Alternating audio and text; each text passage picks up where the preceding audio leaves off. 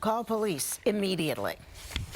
A 5-year-old girl shot on Friday. A woman shot on an MTA bus on Saturday afternoon. A 15-year-old boy who police just identified as Wesley Vasquez was killed on Saturday evening. A 12-year-old girl, one of 7 people, shot overnight in the span of 7 hours in the Bronx.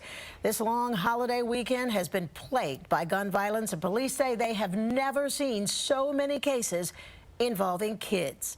Eyewitness News reporter Kimberly Richardson is live at police headquarters in Lower Manhattan. Kimberly? Well, Sandra, that trend, one particular group, those under the age of 18, are at the center of this gun violence. Authorities say this past year, 62% were victims, while 16% were suspects. These are real guns in the hands of real bad people that are harming real children. A staggering number of weapons, some confiscated in the past few days, in what turned out to be a violent and, in one case, deadly weekend here in the city. The common denominator? Lawlessness before shootings.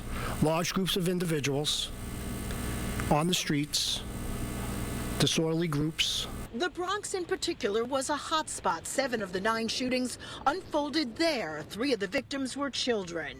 Sunday night, officers found 6 9mm shell casings on Eastburn Avenue, where a 12-year-old was hit in the shoulder. On 214th Street, more violence. Police are now looking for these suspects. One, a reputed gang member, the other, a convicted felon.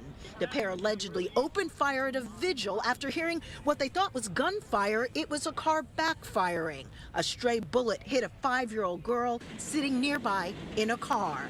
Sunday night, a 15-year-old was shot and killed inside Riverbank State Park, found lying face down on the ground. Authorities admit they are concerned specifically when it comes to youth violence. This year, officers arrested 2,200 people carrying illegal firearms. 11% were under the age of 18, and even more tragic, within 2 years, a quarter of that group was involved in a shooting. When young crew members get arrested with a gun, the other crew members see that person the very next day walking around, and empowers, unfortunately, some individuals to carry a gun. And we have an update to that shooting Saturday night in Riverbank State Park. Authorities say they now have someone in custody, 36-year-old Annabelle Cruz of the Bronx, charged with murder.